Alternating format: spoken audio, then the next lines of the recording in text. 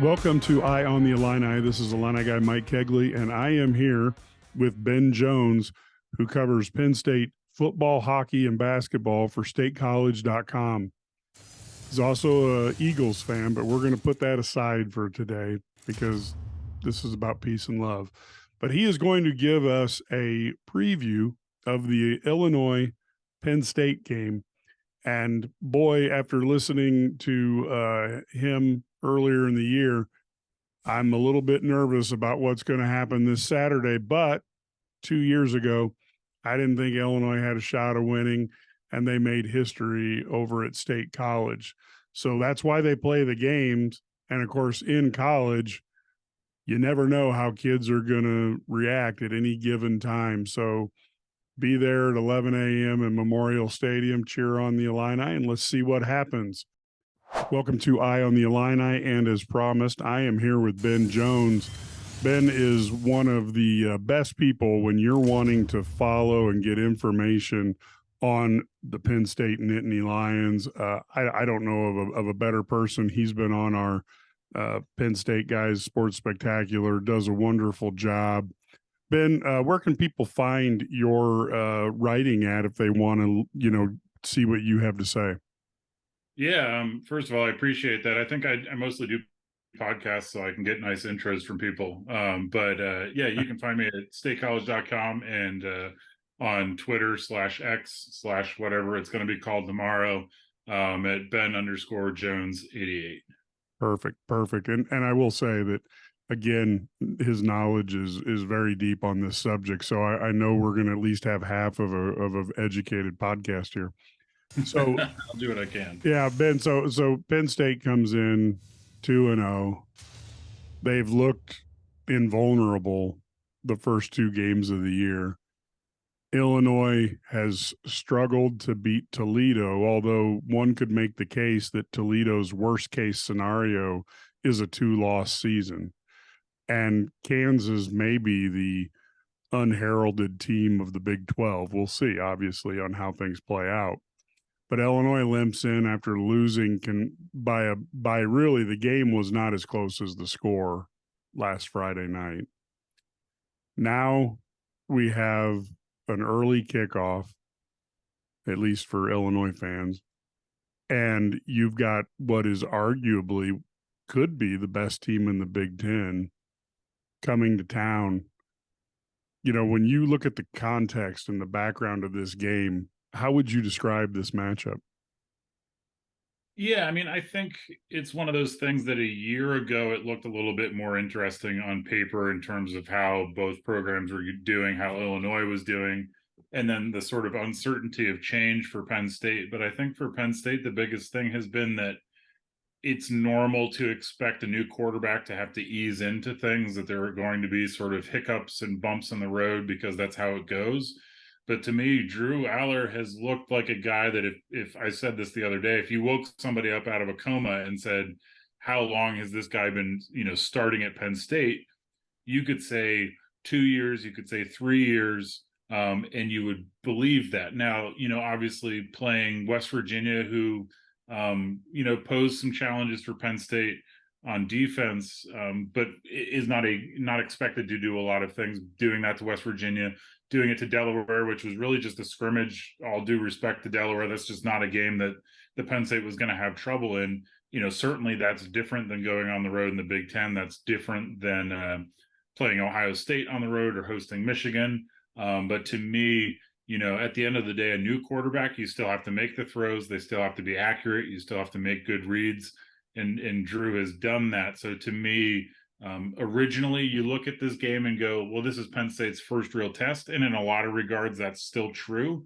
But I think in terms of how Penn State's looked in the first 2 weeks and how Illinois has looked in the first 2 weeks, obviously, results and things are not always indicative of how it goes. I think the dynamics here are more in Penn State's favor. They probably already were. But I think that probably both teams have trended in directions that have made that a little bit more evident. So we've heard people postulate that this particular Penn State team is the best of James Franklin's tenure. And he's had some pretty formidable teams. Is that statement a fair statement in your mind? Um, I mean, I think that there are parts of this team that can make it achieve more. I think that Drew has the chance to be Drew Aller, that is, has the chance to be the one of the better Penn State quarterbacks that the program's ever had in terms of how he throws the ball, how he is in the pocket, and things like that. He is a traditional quarterback, and that's not to take anything away from probably more than anyone, Trace McSorley, who had a ton of success at Penn State, but he was not Tom Brady. He wasn't Joe Montana, and Drew has a lot of those. I don't want to make that comparison. Obviously, your sophomore year of college does not make you Joe Montana, but I think that he has that sort of classical build and playing style that makes him that good. To me, the defense has got some questions that they're going to need to answer. Special teams has been a struggle that's going to need to, step up in bigger games. And I think that for as good as Nick Singleton and Katron Allen are, you look at the 2017 Penn State team, it had Saquon Barkley, Mike Gesicki, Jahan Dotson was in there as well. A lot of guys that, are making a name for themselves in the NFL. Miles Sanders was technically around. To me, I still look at that 2017 team as the best that James has had in terms of what you knew you were going to get off the rip. But I think Drew in this offense have the ability, especially with the schedule the way that it is this year, to maybe achieve a little bit more. But in terms of, are they better? Are they the best team? Obviously, I don't necessarily agree with that, but you're right that there are a lot of people that feel that way. And that's why they play the games. Yeah, and that is it is interesting. I was shocked at how good Drew Aller was. I was expecting, West Virginia is a formidable team. I'm not saying that they're a national championship, contender, but they play tough defense, had a solid running game, and when Aller was out there, I mean, he was making the throws that you expect a guy who's been quarterbacking for a couple of years to make. And with his size, I thought he was more comparable to a Josh Allen build, than even like a Joe Montana or a Tom Brady, who are a little bit thinner. And when you think of your prototypical big armed NFL quarterback, is it fair to say he's kind of fits that mold? Yeah, I mean, I think Josh Allen is a good comparison build wise. And I do think that, again, you go to the comparisons of other Penn State quarterbacks. Sean Clifford, for all his ups and downs, won Penn State a lot of games. Trace McSorley, obviously, like I said, won Penn State a lot of games. Neither of those guys had an arm that was going to unequivocally make the throw that needed to be made in terms of distance, in terms of power. To me, the thing that's made Drew so good, really two things, is he's willing to take what's ever there. I think a lot of young quarterbacks and probably a lot of quarterbacks in general, especially in college, go, I want that big play. I want that sexy play. This guy's going to get open. And Drew, pretty much every time that he has had a check down, every time that he has had an open guy for 10 yards instead of 20, he's taken that. And it's not out of a lack of looking. There are plays where you can watch him go through his progression, boom, boom, boom, and then he comes back to that guy or things like that. So to me, I think that build comparison is apt, and I think his sort of general aptitude and willingness to take what's there is really emblematic of, physicality aside, a quarterback that is going to win you a lot of games because, frankly, you can press things. And I think the challenge with a guy like him that can make every throw is finding that balance between the spectacular throw and the smart one and figuring out where that intersection is. But yeah, to me, Josh Allen is a good comparison, even though I think Josh Allen is probably a bit more mobile than Drew is. But I think I compared Drew to trying to chase down a shopping cart that's picking up speed in the parking lot. It gets up to speed. You just need to give it a lot of runway to get there. Yeah, no, that's a fair comparison.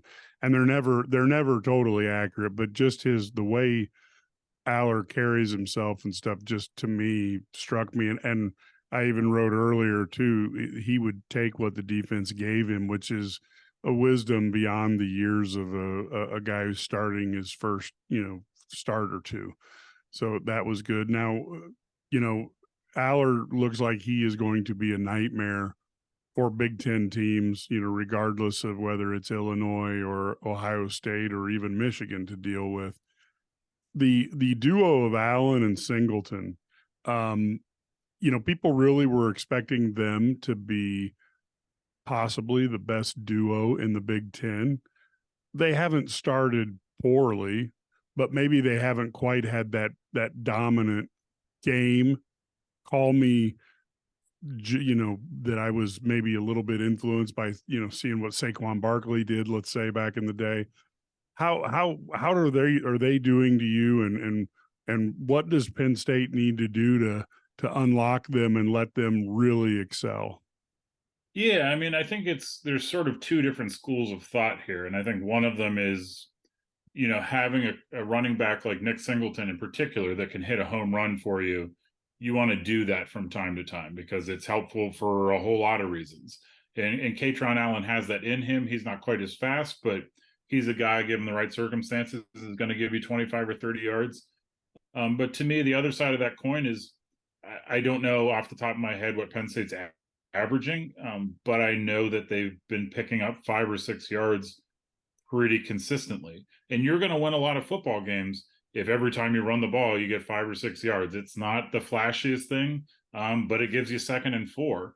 And you're probably going to convert that. And we saw Penn State, for as much as we've talked about, as a college football community, that the clock changes. Penn State ran 91 plays against Delaware. Now, there's a lot of things about that game that aren't going to be normal for the rest of the season.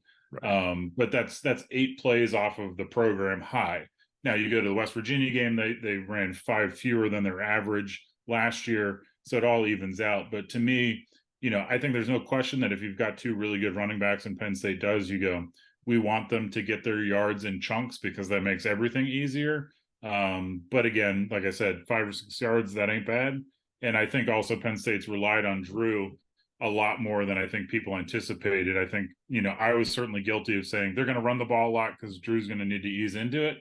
And when you've got a guy that, is comfortable as he is so early, that sort of changes the arithmetic. And to a certain extent, the running game hasn't been an afterthought, but I don't think it's been the crutch quite the way that people anticipated. Now, can you talk to us a little bit about that offensive line, which is highly regarded even after, a little bit of a change at the guard position right before the season started? Yeah, I mean, I think having a guy like Hunter Norzad at center, losing Landon Tangwell, a guy that, had been committed to Penn State for forever, finally came into the program last year, played really well, and then has to retire due to, injuries and just sort of the bumps and bruises that are too big to get over kind of thing. That was tough. JB Nelson, I think, we know this, people that cover teams and people that follow teams know this, that the team always knows about things before everybody else does. So Penn State was pretty well prepared to lose Landon Tangwell because I think they could see that writing on the wall probably for months before anybody else really knew about it. And obviously when you've got a guy like Olu Fashanu, guarding your quarterback's blind side, the fact that they were able to, he says he wanted to finish his degree. He wanted to play more football. More power to him, but he could have left last year and he would have been a top 10 pick. And how that pans out, in the upcoming draft remains to be seen, but certainly he's a guy that's in that conversation. So to me, I think people that follow Penn State have said for the better part of the last 10 years that this is going to be the year that the line is finally good, and it hasn't panned out. And I think it's made everyone shy away from that. But I think we've seen so far that in the trenches, on the offensive side of the ball, at least, Penn State's been able to have success. And frankly, I think the more that Penn State has been on that cusp of being, they're obviously better than most everybody else, but when you are in the same division as Michigan and Ohio State, it's pretty easy to find out who you're not as good as. And I think that it's come down to the trenches, and Penn State having an offensive line, at least on paper and early so far, that's this good certainly changes how you view Penn State this season, because so many games are won and lost by the guys that are doing nothing but dislocating their fingers together. And at 6'6" and 319, um, is number 74. Is he good? Because I can't pronounce that last name to save myself. Is he going to be a? Think he may be the first non-quarterback picked? I mean, that's such an invaluable asset, and you see so many young quarterbacks who are going to struggle through their rookie year, have a bad record, and you would think a general manager would see him sitting there and say, okay, I can protect my quarterback for the next 12 to 15 years. Yeah, I mean it's huge. I think, when I'm not at work, I'm a Philadelphia Eagles fan, and the Eagles have had one of the best offensive lines in football for a really long time, and that's made them successful. It's made them, talking about the Eagles will send me down a completely different train of thought. But yes, I mean, I think that there's no question that Olu is a fantastic guy to put on a blind side, and a fantastic guy to protect your quarterback. And honestly, when you talk about quarterbacks that have had Drew's kind of hype, Christian Hackenberg is a guy that comes to mind. And one of the things that really got in the way of his development was the fact, for a lot of reasons, NCAA sanctions being one of them, his offensive line just wasn't there. He got sacked roughly 1,000 times. And it really ruined a lot of different things about how he was able to develop. So for a guy like Drew to have somebody like Olu backing up his blind side is huge for his confidence, his mental state, and his ability to make the throws. Yeah, he's just an outstanding player. So offensively, based on what you have seen of the Illinois defense and what the Nittany Lions do well offensively, what do you think the game plan is going to look like? I mean, I think Penn State's going to attack Illinois the same way they've attacked everybody, which is just being kind of good at running and passing. I think that, you don't make it harder than it needs to be. I think these are the sorts of games for Penn State when you're in a place that Penn State's been, which is you're trying to get to those big games without having picked up a loss that you didn't expect, is you try not to beat yourself. And I think trying not to beat yourself comes down to just do everything you've been doing. So to me, Penn State's going to run it. Penn State's going to throw it. And I think that it's funny. I didn't get to watch the Toledo game, and I might be a better person for it, but I think that following that in the press box, we were talking about the Illinois game and how that was going to be in terms of it being Penn State's first sort of test of the season, and we pulled up the box score, and at that point Illinois was losing, and that doesn't mean everything because it happens to people all the time, and you go, well, they're losing to Toledo, so that sort of bodes well in that moment. So to me, I think that the familiarity that Big Ten programs have with each other, you can't take anything for granted. If you're Penn State, you can't show up, and on the road is tough for everybody everywhere. And I think that if you're a team like Penn State, you have to expect that you're going to get everybody's best shot the same way that Ohio State does, the same way that Michigan does. But to me, I think Penn State's got the tools offensively in every facet to do what it wants to within reason. And certainly Illinois has recently, maybe not this year, but historically been able to put better defenses together. And Brett Bielema's sort of familiarity there, maybe changes things a little bit. But to me, Penn State's going to show up and it says, this is what we want to do. And frankly, good teams are the ones that tend to dictate terms. Yeah, and Illinois really struggled with quarterbacks who can take a play from going, let's say, 4 to 5 seconds, and with their feet turn a play into 7 to 9 seconds. And while Illinois has a young secondary, it's very athletic. But when you start asking guys in their first start to guard for 8 seconds, that generally does not work out very well for anybody on the defensive line or not. And I'm hoping that Aller decides he's just going to stay in the pocket. That'll at least give the Illini a little bit, hopefully less time, because they were just devastated by, juke moves and different things, particularly at Kansas with Jalen Daniels, where they literally looked like they had him for a safety. And, he ends up, sidestepping All-American Johnny Newton and getting a 15-yard gain that was a killer for a first down. You had opportunities to turn the game around, and exemplary play from Kansas really hurt them.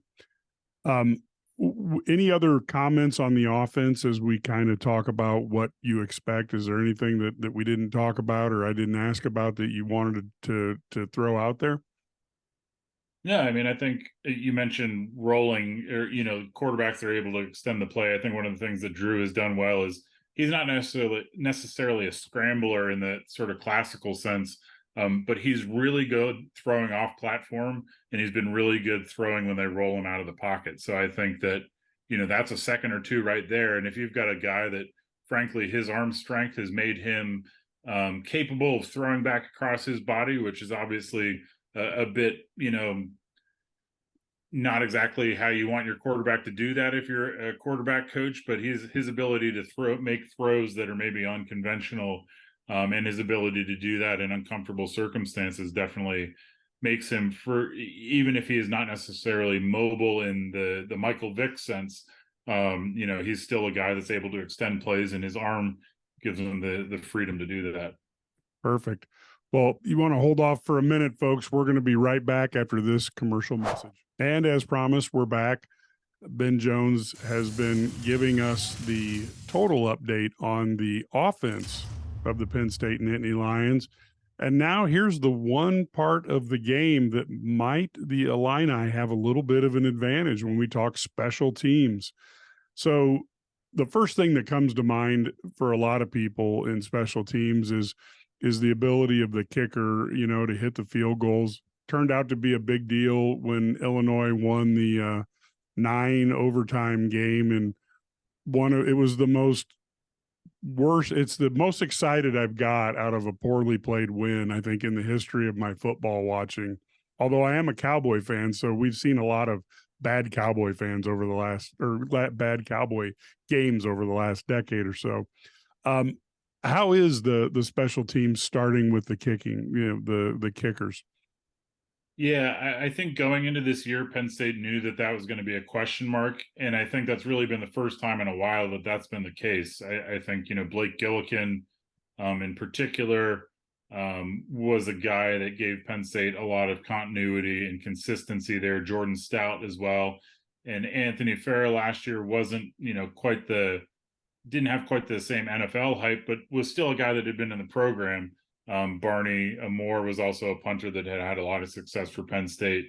This year, all of those guys over the course of the last 4 or 5 years went out of the program, and really left Penn State in a situation where you go, I don't know what they're going to get out of here. And I think that the reading between the lines, what was said over the spring and the summer, was that this has not been figured out yet. And that has been pretty much the case so far. The kicker spot itself, Sanders Sayak had been sort of the highly touted guy that had come in, and he missed both his field goals in the first game. It didn't really matter, but it's one of those things where you go, okay, so this weakness is a weakness. Alex Falcons has come in since then and has done well, but Penn State, frankly, against Delaware, just went for it on fourth down. It was one of those things where you kind of go, well, sure, touchdowns are great, but you're already up 40, so what does it hurt to practice field goal kicking at this point, kind of thing. So that area, with the goals that Penn State has and with the other pieces to the puzzle that Penn State has, I think it's very much hoping that a game that really matters, which is all of them, but if we say that they get to the big ones unscathed, that kicking, they would really rather not have their first 40-yard kick of the season be in Columbus. I think that's probably safe to say. And there's no question that, Penn State, the last time they beat Ohio State in 2016, that was a blocked field goal return for a touchdown. Special teams, they're not sexy. But, we saw it with Urban Meyer in particular at Ohio State. They put a big emphasis on special teams and made a lot of money there. You can lose games on special teams, and kicking is certainly a weakness. Punting, they haven't had to do it enough to have any idea if it's good. What we've seen so far after a shank on the very first one, and welcome to having your first punt be at Beaver Stadium at night. The rest of them have been fine. Kickoffs have been okay. They've got Nick Singleton at kick return, which seems like a good idea. So to me, there's pieces there to have success, but you want to have confidence in your field goal unit, and you want to have confidence in your punters. They've also had 3 penalties on special teams the last 2 weeks, which it happens, but you go offsides on a 4th and 5 in a game that really matters. You're going to wish that you had that one back. So to me, there's a lot of question marks there. And fortunately for Penn State, in theory, there's time to figure that out. But regardless of what do you think of this Illinois game and whether or not it is or is not competitive in the end, they've got Iowa after that. And Lord knows Iowa's going to make things just a real pain in the rear end for Penn State, no matter how good that offense is or isn't. So, you've got to make your field goals, and you got to start making them now. Good. So the Illini, Hugh Robertson ended up, their punter ended up having 4 punts that he kicked inside of the 20 against Kansas. And then 3 of those 4 were taking the length of the field on the next drive. So it just goes to show you that sometimes you can play the stats and it doesn't always work out that well for you. Yeah, there's no question. And Penn State's, it seems like Caden Saunders has been doing their punt return stuff, and he's got he seems to be perpetually close to breaking one. But yeah, I mean, it's certainly part of the game. You can flip the field all you want, but if you don't play defense, it's just gonna pad the other guy's stats too. And one last thing, the Illini have been bitten by not only a high number of penalties, particularly against Toledo, but the severity of them. At one point, against Toledo, they allowed 5 first downs on penalties. How is the Penn State team doing in terms of, keeping the penalties down and not having the big mistake that really causes pain and keeps, let's say, the defense on the field for additional plays? Yeah, I mean, I think, West Virginia is probably a better data point because Penn State did whatever it wanted against. You don't have to cheat if you can just run the guy over. So yeah. Delaware is not as indicative of that, but they did well against West Virginia. But again, I think it was a game where West Virginia did a lot of things well enough to stay in it, but Penn State was kind of clearly the better team. So I think that's maybe still a little bit of a question mark for this group, not in terms of will they be able to stop committing penalties, but they just haven't been up against a team that's, if you can block really well, you don't have to hold.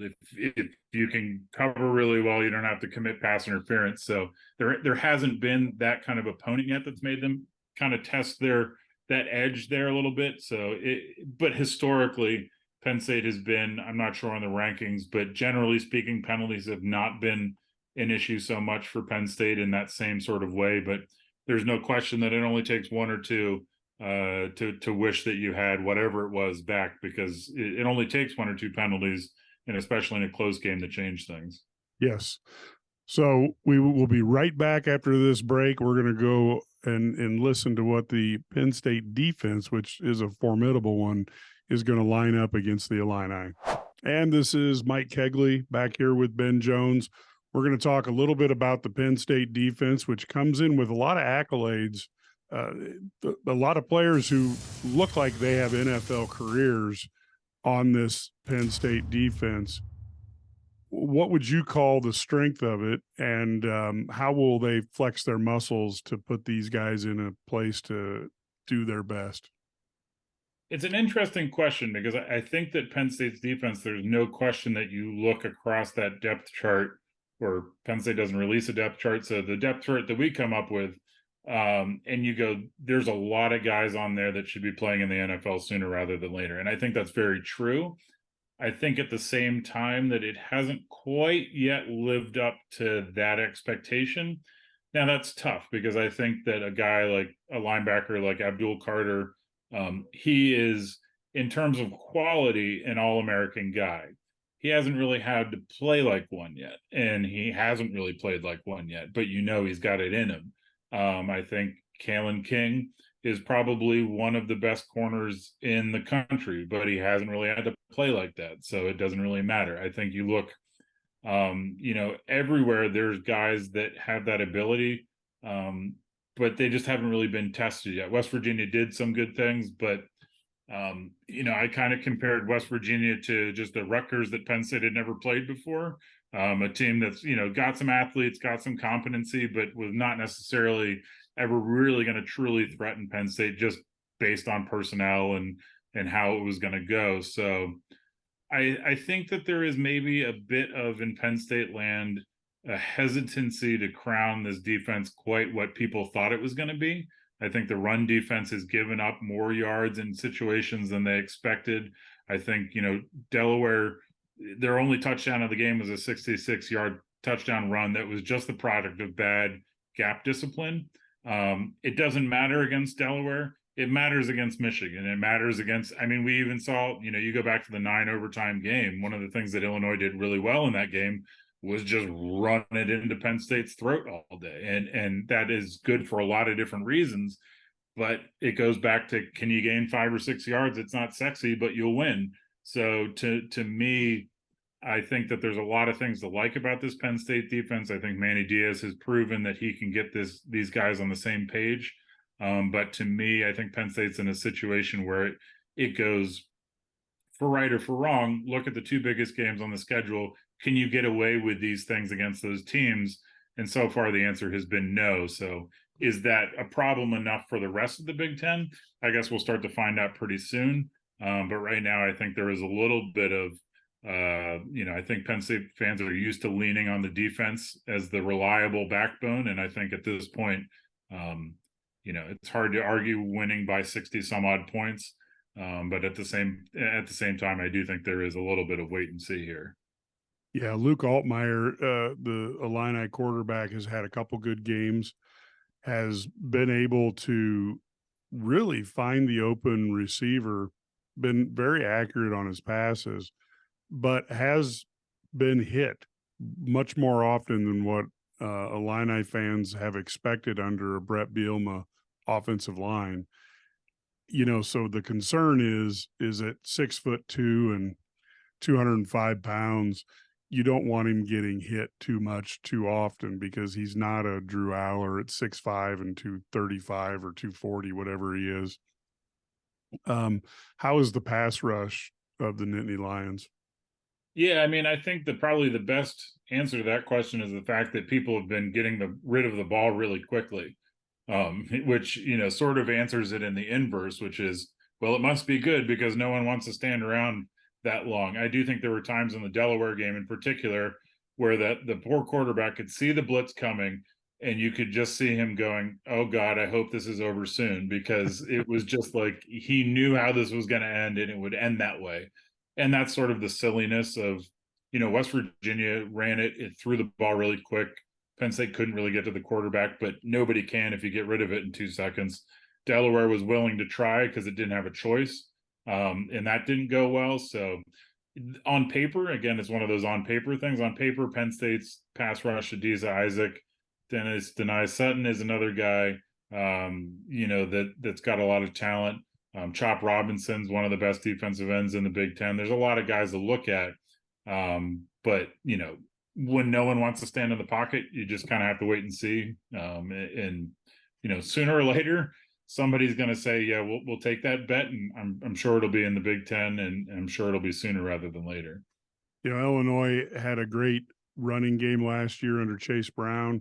This year, trying to replace him by committee, and I don't think anybody has any illusions, but so far, Reggie Love and Josh McCray, 2 relatively talented backs, but haven't really been able to break free. Combination of maybe at least in the Toledo game, the drive blocking wasn't there. In the Kansas game, both games, when you're playing from behind, you tend to throw a little more often. How is the Penn State defense when you're looking at just trying to move them out of the way and run the ball? Yeah, I think that's the weak point at this point, is the interior of the defensive line has not been, that was always the known weakness or the known potential weakness. And that is proven true now. Keziah Izzard has been out of the lineup thanks to the magic of the Big Ten availability reporting. We don't have to do everyone's favorite thing, sitting at pregame trying to find everyone. So I think there's guys that can make it better, but I think that they're going to have to get better. The linebackers are going to have to get better at gap discipline. Talking about that Delaware play, that was a linebacker that missed that, not a defensive lineman. So everybody's got to do their job on that front. So yeah, I mean, if you're a team that likes to run the ball, if you're a team that's confident in your run game, and you're a team with a halfway decent offensive line, and you want to beat Penn State, or in the very least, you want to hang on to the ball and move the ball and limit possessions and kind of just say, okay, I don't want to beat you to 40, but I might be able to get to 27. Running the ball would be the way to do that. But again, I've always said, until Penn State doesn't have a good defensive line, I'm going to assume they figure it out.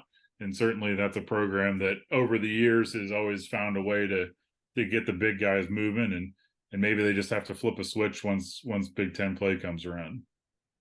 So now, as we wrap around, what players are you really going to keep an eye on this game? Is there anybody you kind of think, all right, I'm expecting a big game from him, or this individual needs to have a really big game for Penn State to be successful? Yeah, I mean, I think, when we go back to what I was saying about Drew looking confident, there's a lot of confidence to be had playing at home. I think that's true for every quarterback, every team. I haven't looked into what they're expecting the crowd to be like, but obviously Penn State, played Minnesota at 11 a.m. local in 2019, lost that game. There are a lot of things about where Minnesota was at that are different than where Illinois was at in that moment, and things that made that a special sort of occasion. But, I think that the hallmarks of good teams are, you wake up at whatever time the game is and you start when they kick it off. So to me, I don't think Drew, he doesn't look like a guy that gets rattled. No one said that he's a guy that gets rattled, but your first Big Ten road game as a starter is, a check mark. It's a moment that you've got to rise up to. So, obviously quarterback play's got to be good. I think Penn State's receivers, the word this spring and summer was just consistency. So far they've been able to do it, but they were, up until 2 weeks ago, sort of a question mark because there wasn't an obvious guy that they were going to lean on. So to me, Keandre Lambert-Smith, if he has a good game, Penn State wins. If Nick Singleton and Katron Allen can run the ball, that's a good sign. And if Penn State's defense can cover and tackle, I'm basically just listing off, if they play well, they'll win, which is, I suppose how it works for everybody. But yeah, to me, Keandre Lambert-Smith on offense, Drew Aller on offense. I think Abdul Carter has got to show up finally. And then I think, Kalen King is due for his first sort of reintroduction moment to the country as one of the better corners in the nation. So now let's come to the moment of truth for Illini fans who are listening to this, and even a few Penn State fans. What are you expecting in terms of who's going to win, and what's a score that you think is a likely score for this game? Yeah, I'm always horrible at scores. I'm better at big strokes, but I'll give you a score at the end once I put off having commit to one long enough. Okay. To me, the challenge is, when you come on to things like this, is you don't want to show up and be like, oh, I cover Penn State and I think they're the best team in the world. But the reality is, I think they've got a really good quarterback. I think they've got a really good running game. Their defense, for the things that it's still figuring out, is good. To me, this is a game that Penn State wins unless it shoots itself in the foot repeatedly. Now, that happens all the time. That's what makes college football great. But I think that they have a lot of confidence. I think they have more confidence than they expected to this time of year. I think that they know that they've got bigger things ahead of them. And frankly, I think Drew is a guy that's just ready for the moment. And I think the one thing that makes this Penn State offense different is that they've had a lot of good quarterbacks. They haven't had their quarterback be their best offensive player before. And I think that when your quarterback is your best offensive player, that's usually a good sign. And I think it's a good sign for Penn State. So to me, I'm sure that Illinois is going to be up for this. I think that, no one's ever super excited about 11 a.m. games, except for the fact that means we all get to go to bed at a reasonable hour. Yes. When it's all said and done. I appreciate that. You appreciate that. To me, this is a game. I'll give Illinois the credit of what Penn State has done to Ohio State recently, which is you hang around long enough to feel like you had a chance. and then you look up and you're down by 21. So to me, I think it's close for a while. But Penn State's got too many weapons on both sides of the ball, and unless Illinois is able to force mistakes and make big plays, I just think it's a hard one to win. And it's a shame because I think last year's game would have been more interesting than this one would have been. But, you know, if I had $1 for every time that we were a year away from something happening, the Eagles would have won a few more Super Bowls. So it is what it is. So now I'm going to press you just because you're bad at it. What do you think the score is going to be? I mean, Penn State at this point, they've scored 30 plus in 9 straight games, and after Alabama lost, that now leads the nation. So I will say, I think when it's all said and done, I'll give it a 37-14. I think Penn State will get up there. I think Illinois will make it interesting, but like I said, one team's got more of the things that it needs than the other, and that's just how football tends to work out sometimes. Yeah, no, we really appreciate you coming by, Ben. Just a fantastic analysis, and give the fans one more time where they can find you so that they can read your stuff. Yeah, I'm at statecollege.com, and if you want to yell at me on Twitter, it's Ben_Jones88 or X, or I'm just going to call it Twitter for forever until somebody sues me, and I don't think Elon's going to sue me, so it's Twitter. Perfect. So I would highly encourage. He's a good follow. Interesting stuff. And statecollege.com, you can get a lot of really good articles. He does a nice job on covering Penn State. As you can tell, it's a game that he's expecting Penn State to do well in. I'm not certain there's a credible argument for the Illini to pick them to pull the upset, but that's exactly why they play the games. And if 2 years ago, if you would have asked me if Illini had a chance going into State College, I would have said not one at all. And yet they somehow found a way to win a game in dramatic, if not slightly unimpressive fashion, but nonetheless, the W's are what counts. So thank you so much for being on the show, Ben. We really appreciate it. Yep. Thanks for having me. And you never know until they play. Exactly. We'll be right back in a minute. And this is Mike, and I want to thank Ben Jones again, covering Penn State hockey and hoops and football for statecollege.com. Thank him for stopping by. Looks like it is going to be a really, really good game. Be watching and looking at IlliniGuys.com. There'll be a series of preview articles all week long to get you ready for the game. We're excited about it, and we will see if the Illini can pull off the upset. Coming off of this Kansas loss, Illinois will be fired up, and maybe, just maybe, Penn State will be looking beyond the Illini to a big game against Iowa, and that can provide the opportunity for the Illini to reset their season. We will find out Saturday. And as we always say here at Eye on the Illini, it's time to wrap it up. Go Illini.